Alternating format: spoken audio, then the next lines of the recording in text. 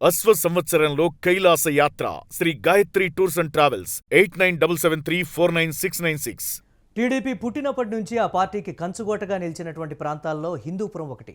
ఎన్టీఆర్ నుంచి బాలకృష్ణ వరకు నందమూరి కుటుంబం ఆధిపత్యం చెలాయిస్తున్న ఈ నియోజకవర్గంలో వైఎస్ఆర్ కాంగ్రెస్ పార్టీ పాగా వేయడానికి ప్రయత్నాలు వేస్తోంది. మరి వైసీపీ చేస్తున్నటువంటి ప్రయత్నాలు ఫలిస్తాయా? టీడీపీ కంచుకోటను వైసీపీ బద్దలు కొట్టబోతోందా? గ్రౌండ్లో వైసీపీ ఎలా పోరాటం చేస్తోంది? స్థానిక ఎన్నికలే దీనికి కేంద్ర బిందువు కాబోతున్నాయా? Watch the story. Telugu Desam party ఆవిర్భావం నుంచి హిందూపురం నియోజకవర్గం టీడీపీ కంచుకోటగా మారింది. ఇక్కడ టీడీపీ జెండా తప్ప మరే పార్టీ జెండా ఎగరలేదు. వ్యవస్థాపకుడు దివంగత సీఎం ఎన్టీ రామారావు నుంచి ప్రస్తుత ఎమ్మెల్యే నందమూరి బాలకృష్ణ వరకు నందమూరి కుటుంబ సభ్యులే ఎక్కువగా ప్రాతినిధ్యం వహించారు.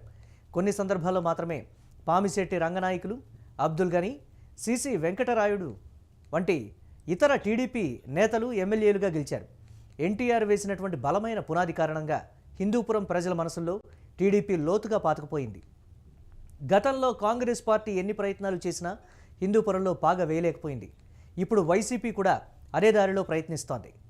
2019 ఎన్నికల్లో మాజీ ఐపీఎస్ అధికారి మహమ్మద్ ఇక్బాల్ను వైసీపీ అభ్యర్థిగా బరిలో నిలిచారు. అత్యధిక ముస్లింలు ఉన్నటువంటి ఈ నియోజకవర్గంలో ఇది ఒక ప్రయోగమే. అయితే పార్టీలోని అంతర్గత వ్యతిరేకతలు, సహకారం లేకపోవడంతో ఇక్బాల్ ఓడిపోయారు. అయినా వైసీపీ అధికారంలోకి రావడంతో ఆయనకు ఎమ్మెల్సీ పదవిచ్చి నియోజకవర్గ బాధ్యతలు అప్పగించారు. ఇక్బాల్ అక్కడే ఉంటూ పార్టీ కార్యక్రమాలను చురుగ్గా నిర్వహిస్తూ వచ్చారు. సొంత పార్టీలోనే చాలామంది ఇక్బాల్ను వ్యతిరేకిస్తూ వచ్చారు. స్థానికేతరుడని ముద్ర వేయడంతో పాటు పలు ఆరోపణలు, విమర్శలు చేస్తూ వచ్చారు. దీంతో సొంత పార్టీలోనే అతనికి పోరు తప్పలేదు.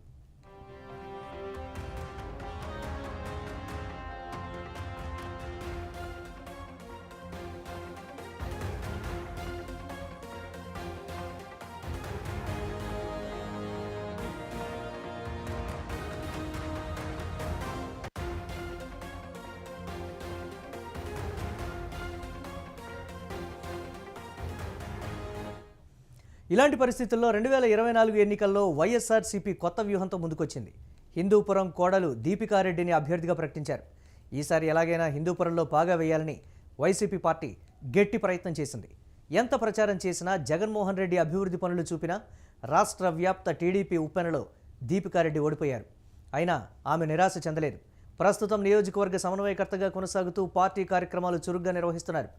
టీడీపీ వైఫల్యాలను ఎండగొడుతూ పార్టీ అధిష్టానం చేపట్టే ఆందోళనలో చురుగ్గా పాల్గొంటున్నారు. హిందూపురంలో తెలుగుదేశం పార్టీ వైఫల్యాలను ఎండగట్టడంలో దీపికారెడ్డి చేస్తున్నటువంటి పోరాటం పార్టీ కార్యకర్తలకు కూడా గట్టి ధైర్యాన్ని ఇస్తోంది. ఈ ప్రక్రియలో ఆమెకు భర్త వేణురెడ్డి మనోధైర్యం ఇస్తున్నారు. ఇక సాధారణంగా ప్రతిపక్ష నేతలు అధికార పార్టీలోకి వలసపోతూ ఉంటారు. కానీ హిందూపురంలో దీపికారెడ్డి నాయకత్వంలో అలాంటివి తక్కువ. స్థానిక నేతలతో సమన్వయం చేస్తూ అందరినీ సమాన ప్రాధాన్యత ఇస్తున్నారు. ఎవరూ పార్టీని వీడకుండా దీపికారెడ్డి జాగ్రత్త పడుతున్నారు.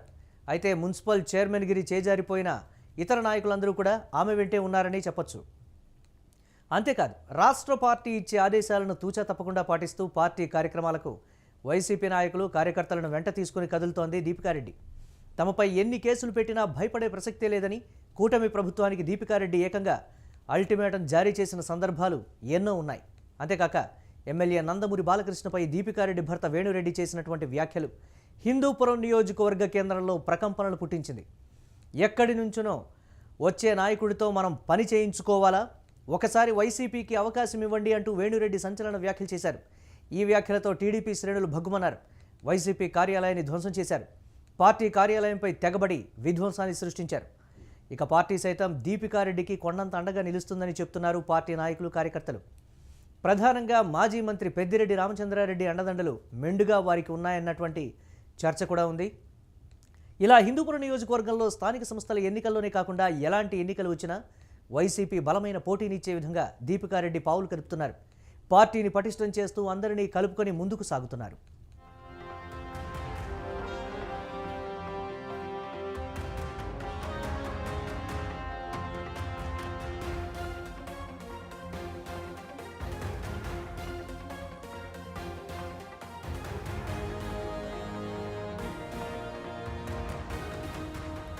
మరి బాలకృష్ణ లాంటి నాయకుడు ఉన్నప్పుడు హిందూపురం నియోజకవర్గంలో దీపికారెడ్డి చేసే ప్రయత్నం ఫలిస్తుందా? బాలకృష్ణ సినీ గ్లామర్, చంద్రబాబు అండ, ప్రజా మద్దతు ఉన్నటువంటి హిందూపురంలో జగన్ అండతో సాగుతున్న దీపికారెడ్డి పోరాటం ఎంతవరకు ముందుకు సాగుతుంది? స్థానిక ఎన్నికలు దీనికి సమాధానం ఇస్తాయేమో చూడాలి మరి.